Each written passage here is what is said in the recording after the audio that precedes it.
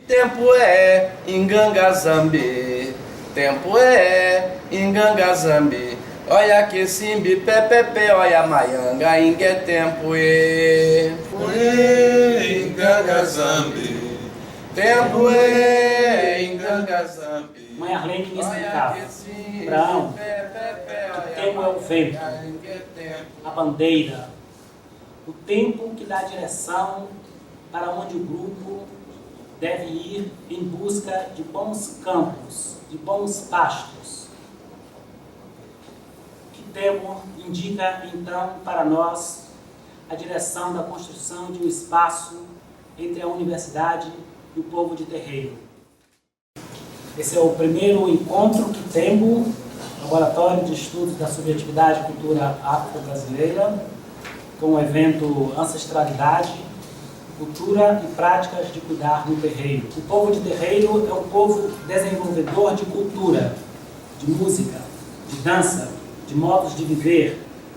Esse povo que está na sociedade contemporânea do capitalismo racial de uma maneira desfavorável, que este seja o lugar de debate, de pensamento da existência, dos embates cosmopolíticos. A universidade precisa se abrir a esta experiência de cultura que os terreiros e o povo negro preserva, desenvolve em seus processos de subjetivação e contraconduta. Então, eu queria chamar à mesa o professor Kabengele Munanga, que ele é antropólogo congolês, radicado no Brasil, e ele está na USP, na Universidade Recôncavo Baiano, na cidade de Cachoeira, para... ele vai falar para a gente sobre a questão negra do Brasil, é isso? Desafios e perspectivas, né? Tinha outro convidado essa mesa, o senhor Edson Cardoso, mas ele teve um problema de saúde, não pôde vir, junto com a Beata, que também teve um probleminha de saúde e não puderam comparecer os dois. Então a mesa vai ser, professor, pode subir aqui, por favor.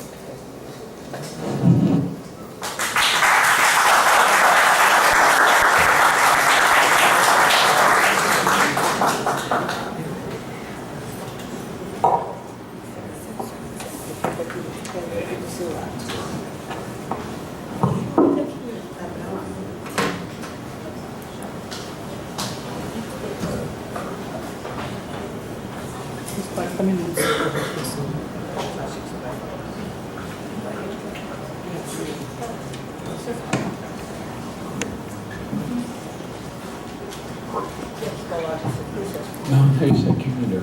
Boa tarde. Nossa primeira palavra é, como de praxe, uma palavra de agradecimento, né, à casa que nos recebe, o Instituto de Psicologia. Agradecimento ao professor Abraão, cujo convite me permitiu estar essa tarde com vocês. Apesar da minha agenda complicada, mas ele insistiu tanto que acabei me curvando. Há uma semana estive aqui na UERJ, há 7 dias exatamente, num outro encontro sobre o seminário Felacourt, Racismo e Educação. Então, passei apenas 3 noites em Cachoeira, 2 noites em São Paulo, 3 noites em Cachoeira. Já estou aqui novamente. Uma pena que para falar sozinho nessa mesa, por causa da problema de saúde do professor Edson Cardoso da CEPIR, que não pôde estar comigo, mas gostaria de estar, participar e partilhar essa mesa com alguma de vocês, com a professora Wanda ou com a mãe Macota. É uma pena que a mãe de santo não pôde estar aqui por causa do problema de saúde. Porque a questão que foi colocada aqui nessa mesa, que é a questão negra no Brasil, desafio e perspectiva, uma questão que eu não podia tratar sozinho. Tratar sozinho porque eu costumo dizer que peguei o bonde andando. quando cheguei no Brasil e quando eu entrei nesse bonde movimento, a professora Yolanda de Oliveira estava dentro, a professora Macota já estava dentro, Abraão, e muitos jovens já estavam dentro, porque eu vim da África. Na verdade, eu aprendi, né, com vocês, e nesse sentido não estou aqui para ensinar, simplesmente para passar o meu ponto de vista sobre uma questão tão espinhosa como a questão negra no Brasil, o desafio que nós encontramos todos nos últimos anos. Então, a questão do negro no Brasil, no meu olhar, no meu ponto de vista, nos coloca muitas outras perguntas. Entre elas, seria qual é o lugar do negro no Brasil de hoje? É o lugar que ele deveria ocupar? O que aconteceu para ficar nesse lugar durante tanto tempo, durante muito tempo? O que fazer para sair desse lugar, para ocupar o devido lugar, e como fazer? E as respostas a essas duas perguntas, o que fazer e como fazer, não são receitas culinárias, são respostas em termos de desafio.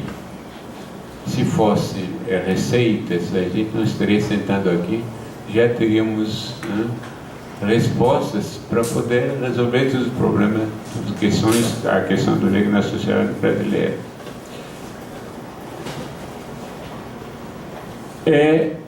Digo que são desafios a serem vencidos, para vislumbrar perspectivas de mudança, ou os caminhos de saída desse lugar onde se encontra o negro coletivamente.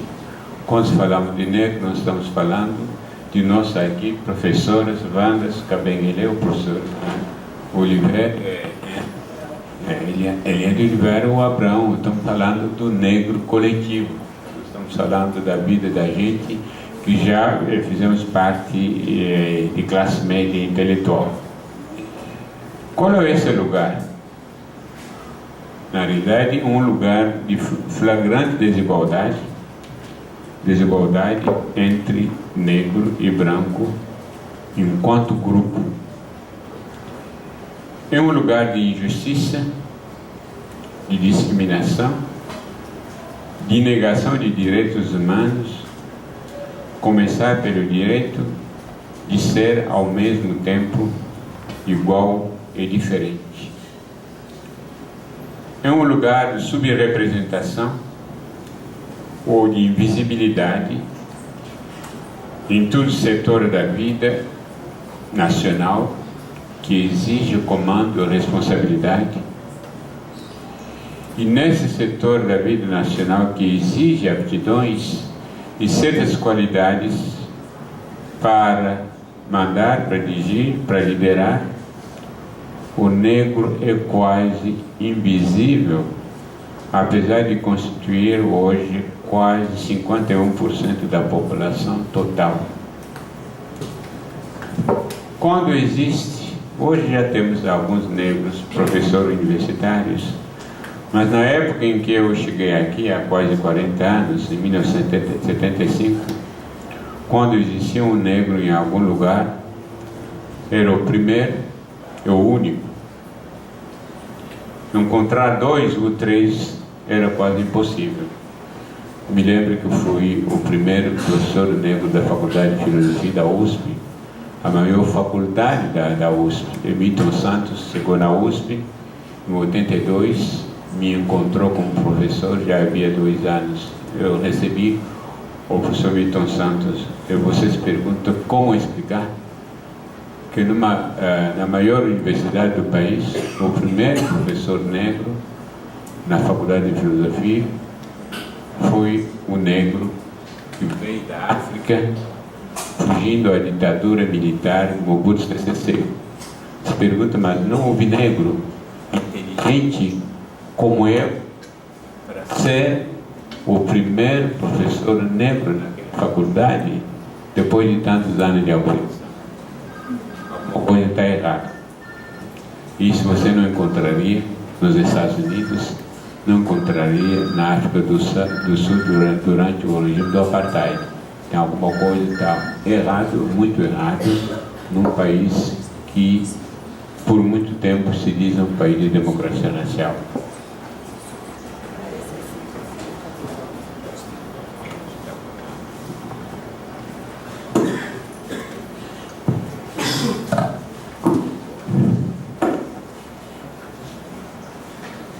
O que espanta é que essa falta de representatividade ou essa invisibilidade é vista com a maior naturalidade do mundo. Viu-se essa naturalidade na recente Copa do Mundo realizada no Brasil. No estado como o estado da Bahia, onde os negros constituem cerca de 80% da população, viu-se os jogadores do mundo entrando no estádio, segurando mãos das crianças, em sua maioria branca.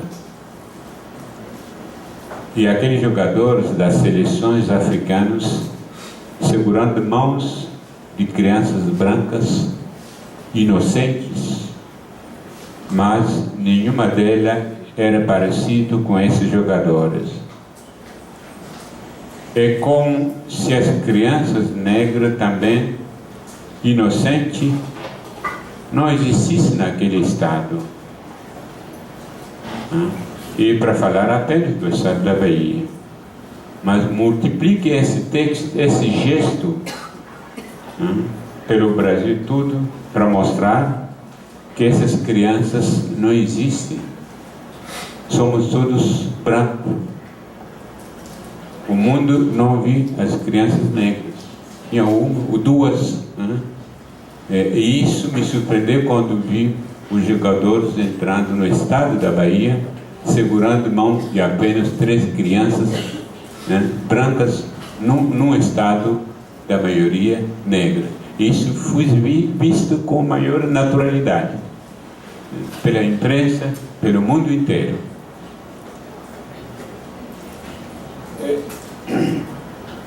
Mas essa questão da situação do negro hoje tem uma história inventariada e conhecida de nós todos aqui.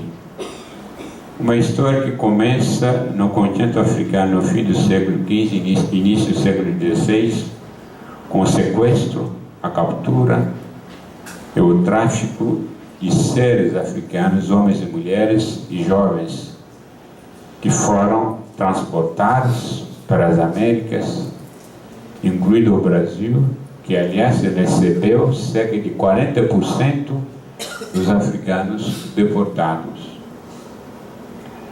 Mas por que foram transportados e traficados? Para os traficantes portugueses, espanhóis, franceses, ingleses, holandeses e outros, os africanos traficados era uma mercadoria, um negócio rentável em termos de lucros.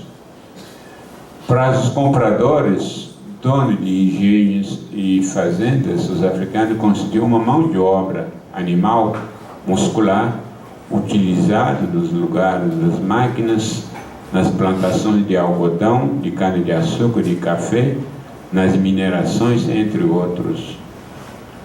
Apesar da escravidão ter existido na história da humanidade, praticada pelos gregos, romanos e depois pelos árabes, a escravidão negra tirava dos africanos a sua plena humanidade, pois racialmente diferente dos escravizadores. Os escravizados não emigraram como os brasileiros de ascendências europeias e asiáticas. Tem autores que utilizam o conceito de imigração forçada, com o qual eu discordo totalmente. Não se trata de imigração forçada, trata-se de deportação. E esses foram simplesmente deportados, ou transportados, sem saber por que motivo, por onde estavam sendo transportados. Sem despedida com seus parentes, sem levar a nada, a não ser a memória coletiva. Foram transportados não para trazer aqui cultura, ou seja, religião, música, dança, culinárias, entre outras, foram trazidos simplesmente como força de trabalho para produzir riquezas e desenvolver as economias coloniais dos países que se beneficiaram deles, que se beneficiaram do tráfico. E a destruição de sua identidade culturais começa já a bordo dos tumbeiros, com a conversão ao cristianismo e a rejeição dos primeiros tributos de sua identidade, simbolizados pelos nomes étnicos. Ao pisar na terra de destino, que é o Brasil, a mesma identidade foi proibida através de leis e repressões policiais. No entanto, a própria sobrevivência desses africanos, em termos de liberdade e de defesa da dignidade humana, exigiu a resistência que resultou naquilo que chamamos hoje de cultura, religiões africanas, música, dança, arte negra, etc. Em outros termos, os corpos dos africanos foram escravizados, mas sua alma, não é a palavra certa, seu espírito não foi escravizado. É por isso que nós temos hoje culturas e religiões de matrizes africanas. E essas culturas de resistência fazem hoje parte do patrimônio histórico-cultural brasileiro e são cotidianamente consumidas por todos, brancos e negros e outros, que não dançam música africana, o ritmo africano. Quem não gosta da culinária africana? Quem não frequenta ou cultua os deuses africanos? Quem não pratica a capoeira? Quem não gosta da feijoada?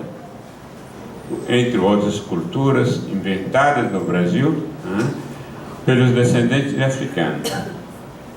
Quem não aprecia a arte de Mestre Didi?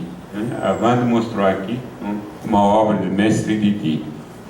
Quem não conhece um grande artista que não conhece a arte de Rubem Valentim, que é uma grande arte geométrica, mas com símbolos da religiosidade africanas?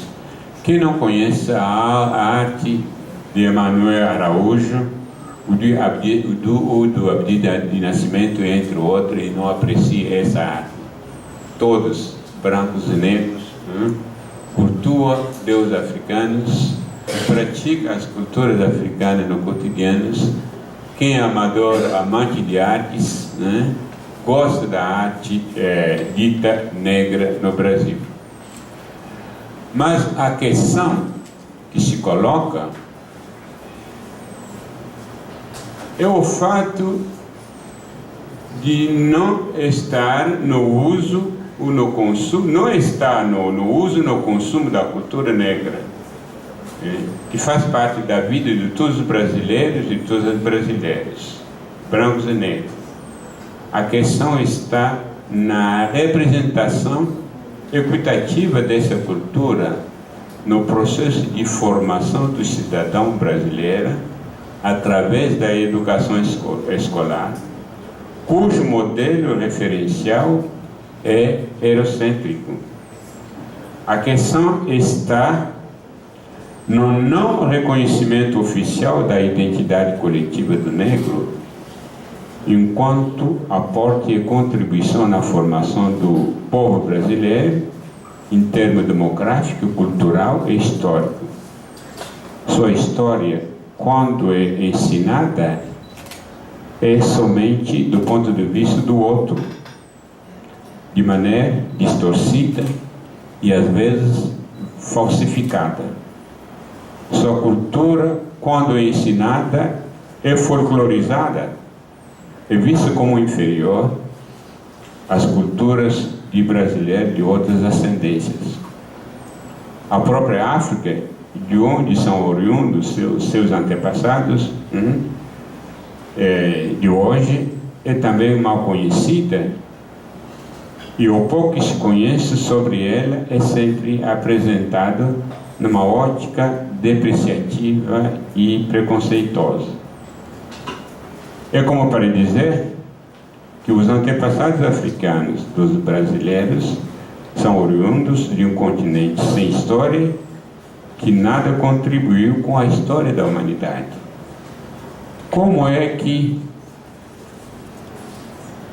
eles podem ter uma história quando de onde foram trazidos não havia uma história? As consequências de todas essas negações na autoestima coletiva do sujeito negro são conhecidas de todos. Aconselho para quem nunca leu o livro Frantz Fanon, Pele Negra, Máscara Brancas, se ler esse livro vai entender a questão da nossa autoestima coletiva. O que fazer? É simplesmente devolver ao negro sua verdadeira história, começando pela África. Como fazer? Acho que a professora Wanda falou um pouquinho disso essa tarde.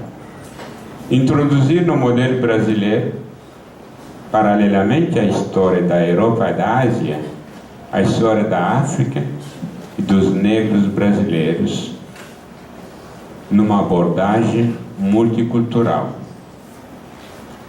Isto significa desafios a serem enfrentados e vencidos.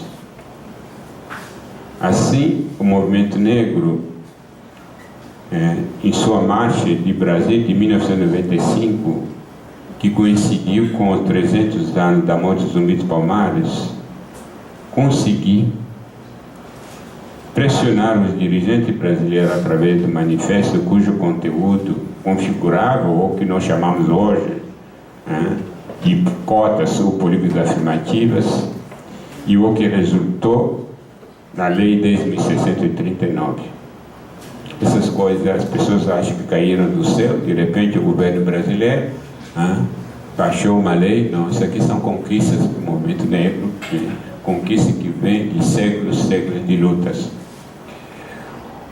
Os desafios para implementar políticas afirmativas foram enormes, como ilustrado pela polêmica nacional contra cotas e a favor das cotas, que muitos de vocês acompanharam. O desafio para fazer funcionar plenamente a Lei 10.639 são também conhecidos de todos, porque há resistência, há hesitações, há dúvidas, há inércia do mito de democracia racial brasileira. Desafios que não foram totalmente vencidos. Veja, grosso modo, duas questões atreladas no que diz respeito à educação escolar do negro na sociedade brasileira. A primeira, sua subrepresentação quantitativamente no sistema escolar brasileiro, sobretudo no ensino superior, que as políticas de cotas tentam corrigir. A segunda, de natureza qualitativa tem a ver com a ausência de sua história, de sua cultura, de sua identidade, né, que as leis desde 1639 e 11.645 tentam corrigir.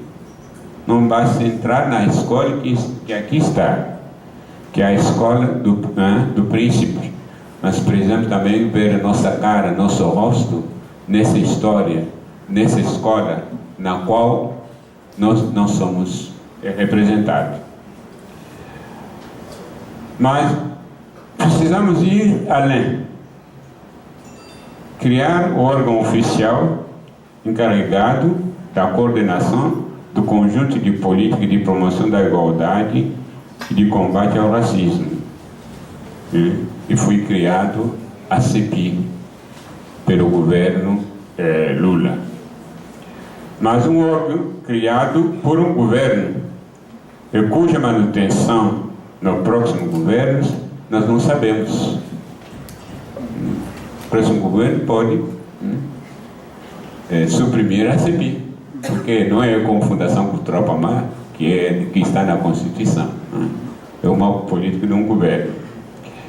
É sempre bom fazer a diferença entre a história do problema e o problema da história. São duas coisas diferentes.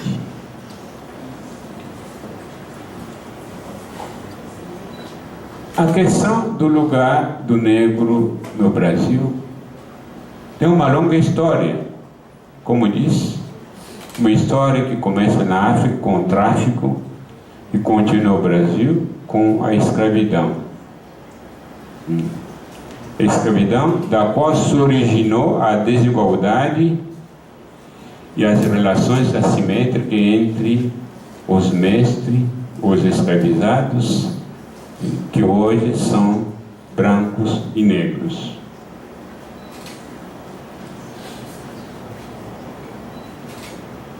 Se imediatamente depois da assinatura da Lei Áurea, em 3 de maio de 1888, a sociedade brasileira, através de seu dirigente, tivesse começado já a implementar políticas afirmativas para a inclusão do negro livre na sociedade de classe, a situação do negro não seria a mesma de hoje.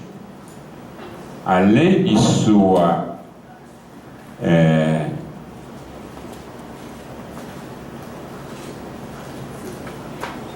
além de ser abandonado à sua própria sorte depois da abolição, a ideologia dominante criou um racismo sui generis que aprofundou a desigualdade herdada do sistema escravista, uma ideologia apoiada no chamado mito de democracia racial brasileira.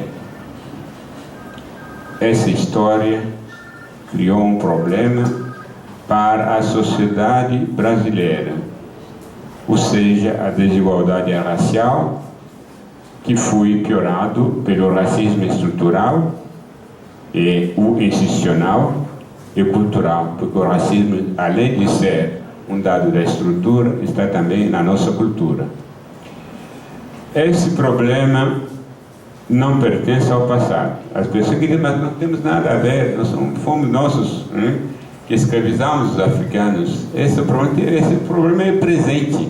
Quem deve resolver esse problema não são aqueles que escravizaram, que já são mortos há centenas, é a população brasileira atual. Esse problema é um problema presente, faz parte das realidades brasileiras e um problema que a própria sociedade deve resolver. Então aí a diferença entre a história do problema e o problema da história. São duas coisas diferentes.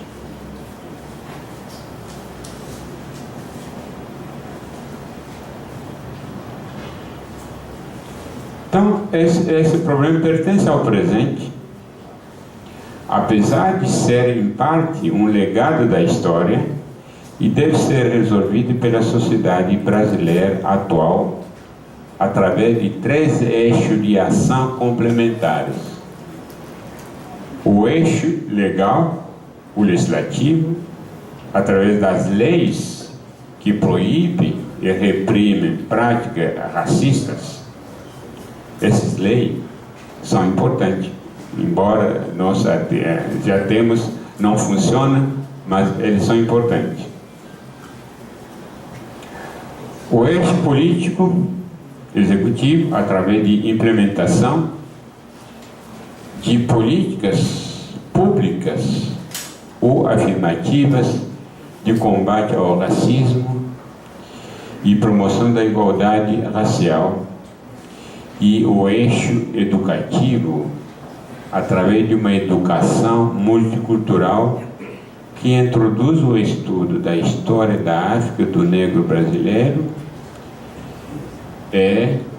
de sua cultura, colocando-as no mesmo pé de igualdade com a história da Europa, da Ásia e dos brasileiros descendentes desses povos, que nunca são chamados. Os conceitos são conceitos. Às vezes me surpreende que escuto as pessoas dizendo afro-brasileiro. Tudo bem, uma expressão que eu fui cunhado na academia, mas nunca ouvi falar de euro-brasileiro e do asiático brasileiro. Quer dizer, os outros são brasileiros plenamente, não somos afro-brasileiros. Porque uma certa discriminação numa terminologia que nós utilizamos, mas faz parte. É por isso que nos meus textos eu prefiro simplesmente falar de negro, não de afro-brasileiro, porque não ouvi falar de euro-brasileiro e do asiático brasileiro. Acho isso uma discriminação.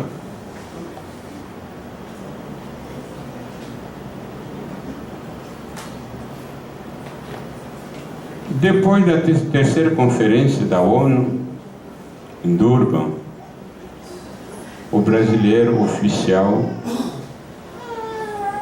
oficial assumiu claramente seu racismo, como nunca se viu antes, graças às pressões do movimento negro. Signatário da Declaração do Durban, o Brasil saiu dessa conferência com compromisso oficial de implementar a política de cota para negro, indígena e outra minoria, como aparece sem ambiguidade no relatório final dessa conferência, encabeçado pelo Ministério de Justiça através de sua Secretaria de Direitos Humanos. As políticas maniqueístas do bem e do mal, que se seguiram depois, entre outras, contra proposta de cotas, são conhecidas de todos aqui presentes, suponho eu. Nós tivemos os chamados especialistas de negros, os intelectuais. A imprensa diz, mas os especialistas do negro estão dizendo que as cotas são uma boa coisa para brasileiros, são coisas importadas dos Estados Unidos, nada tem a ver com nossa realidade. Pode importar o resto, que aproveita a burguesia, o capital, mas tudo que é para pobre não dá para se inspirar de experiências que deram certo em outros países. Já ouvi falar até que o movimento hip hop nada tem a ver com nossa música, é pobreza, estão importando coisas que vêm dos Estados Unidos, mas são periferias se comunicam, apesar das diferenças. O movimento hip hop é uma linguagem, uma crítica à sociedade. Apesar de ter nascido nos Estados Unidos, não vejo que o movimento hip hop numa linguagem que pode utilizar em outras periferias, claro, adaptando a sua própria realidade, a sua própria história.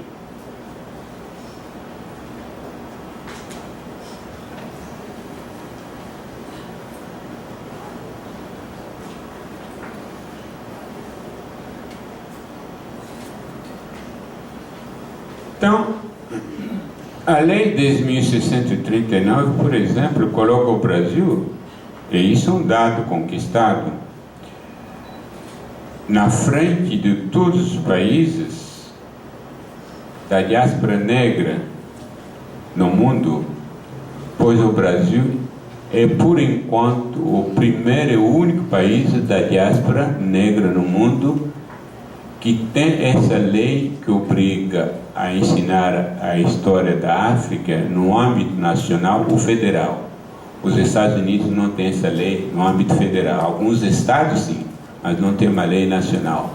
Vários países da diáspora, nas Américas, não tem essa lei. Então, o Brasil tem uma lei que devemos reconhecer isso. O problema é fazer essa lei funcionar plenamente.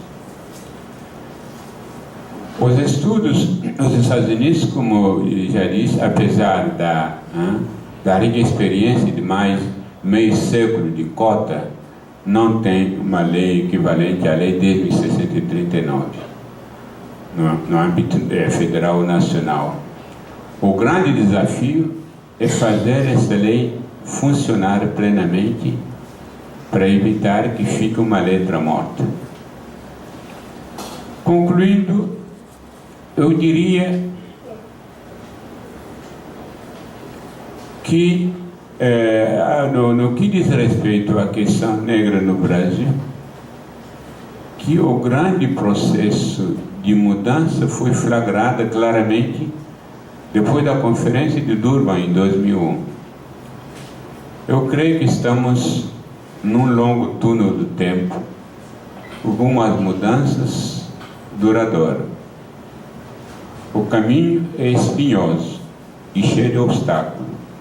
Tem dúvidas, hesitações, resistências, inércia das ideologias anteriores como a democracia racial.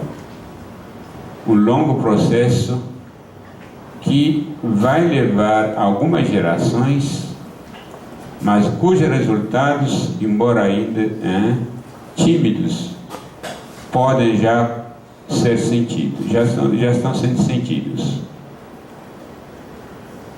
Por exemplo, estava dizendo aqui, nós vimos aqui na mesa desta manhã, duas professoras universitárias, um professor universitário, um professor de filosofia, aqui na sala tem alguns.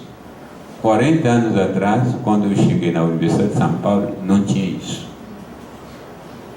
Não era fácil encontrar um professor negro na universidade brasileira. Hoje, em 4 universidades você encontra. Ainda muito pouco, porque somos 51% da população brasileira.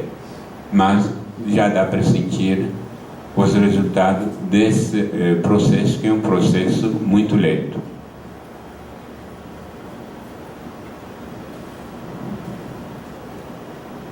Mas, por outro lado, assiste-se a alguns retrocessos, como a morte por violência de jovens negros em nossas periferias, que está cada vez mais crescendo. De acordo com as estatísticas, sobre cada jovem negro morto na violência, pela violência policiais ou outro tipo de violência nas periferias, 2 deles são negros. É muito. Sobre cada 3, 2 deles são negros. É realmente assustador.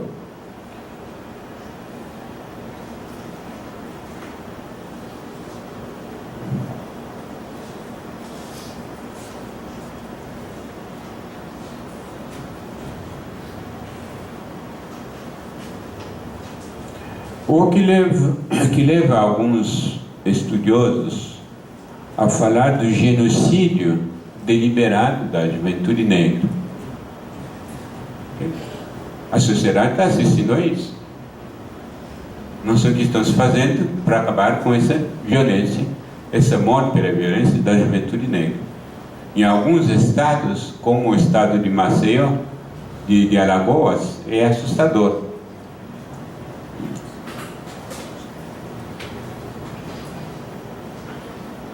A exposição das manifestações racistas, que era implícito de acordo com as teorias anteriores, estão se tornando explícita nos campos de futebol e na abordagem policial de jovens negros. É explícito, não, mas não é para dizer que é implícito, está explícito, a gente vê isso. Não sei por causa das contas que as coisas estão aparecendo agora com tanta explicidade. Antes dos anos 40, as religiões de matriz africanas que sofriam da repressão policial oficial, antes dos anos 40, as religiões de matriz africanas sofriam da repressão policial. Hoje estão sofrendo cada vez mais, não mais da repressão policial, mas da chamada intolerância religiosa, para não dizer ódio religioso. Intolerância é uma palavra feia. Eu não gostaria de ser tolerado. Eu gostaria de ser respeitado e considerado igual, e não tolerado. Na realidade, do meu ponto de vista, trata-se de ódio religioso e não de intolerância religiosa. É uma palavra muito feia.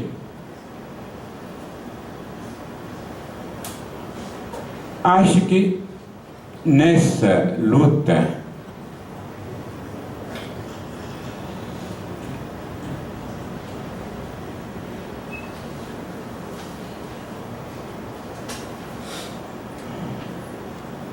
o que nós queremos mesmo, repetindo, é o respeito, tratamento igual de todas as religiões, que as religiões de matriz africanas não ficam no plano inferior, os sacerdotes das religiões de matriz africanas ser respeitados, colocados no mesmo pé de igualdade que os sacerdotes de outras religiões. Porque se o Deus é o mesmo para todos, o caminho para chegar a Ele, que são diferentes, e essa diferença deve ser respeitada, mas por que os caminhos são conflitantes? Deus mandou os homens e as mulheres fazer isso? Se brigam, meu nome se mata. Está repleto a história da humanidade. Guerras santas, cruzadas, inquisições, tudo em torno das diferenças religiosas. Será que Deus mandou os homens e as mulheres fazer isso? Mas por que as religiões estão em conflito, se o Deus é o mesmo? Justamente porque as religiões são enxertadas de interesses políticos e econômicos. Para alguns, há um problema de clientelismo, que é uma mercadoria. A religião de matriz africanas, eu senti na fala dessa manhã, tem, a meu ver, um conteúdo familiar e não universalistas como as outras religiões. Nesse sentido, uma religião que tem um conteúdo de família não tem interesses políticos ou econômicos. Nunca ouvimos falar na história da África de conflitos religiosos, pelo menos da África antes das invasões coloniais. Os conflitos que nós temos hoje na África, conflitos religiosos, conflitos entre religiões importadas, o Islã, o catolicismo, o protestantismo. Mas nunca houve conflito entre religiões africanas tradicionais. Se alguém encontrar isso em algum livro de história, pode me ensinar a novidade.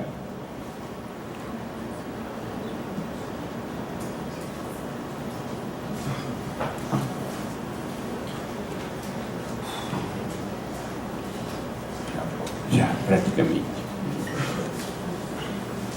Então,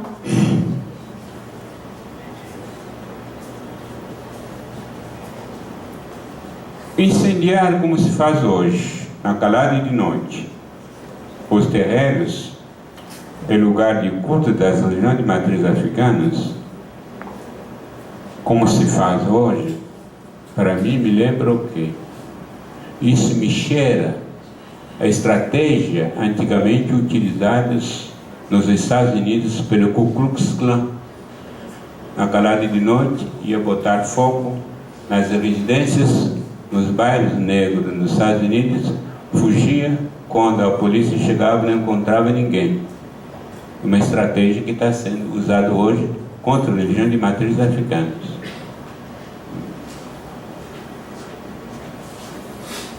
Isso também me cheira uma prática racista explícita em matéria de comportamento entre religiões diferentes.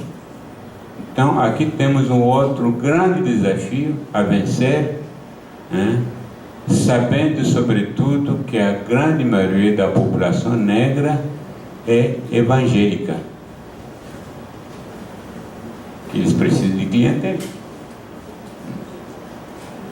É preciso elaborar nova estratégia de resistência religiosas e pressionar o Estado brasileiro para não ficar numa posição de neutralidade, mesmo sabendo que nenhum partido, nenhum candidato gostaria de se dispor com os evangélicos. A gente sente isso nesse momento de eleições. O papel da militância negra e, sobretudo, da militância ativista é muito importante nesse momento. A questão é saber se muitos deles também são evangélicos. Se a maioria também entre militância evangélica, então nós não temos essa solidariedade. Nossa luta fica enfraquecida.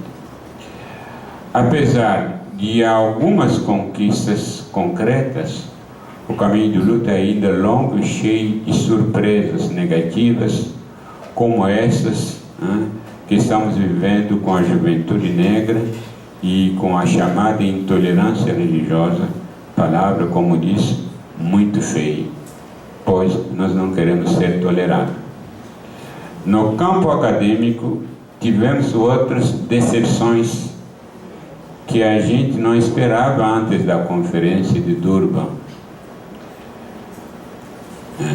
conferência de 2001, pois muitos dos colegas pesquisadores que estavam analisando e denunciando o racismo ao brasileiro saíram do nosso barco para lutar contra as cotas em benefícios do sujeito de suas pesquisas, que fizeram deles grandes intelectuais, que fizeram deles os chamados especialistas do negro.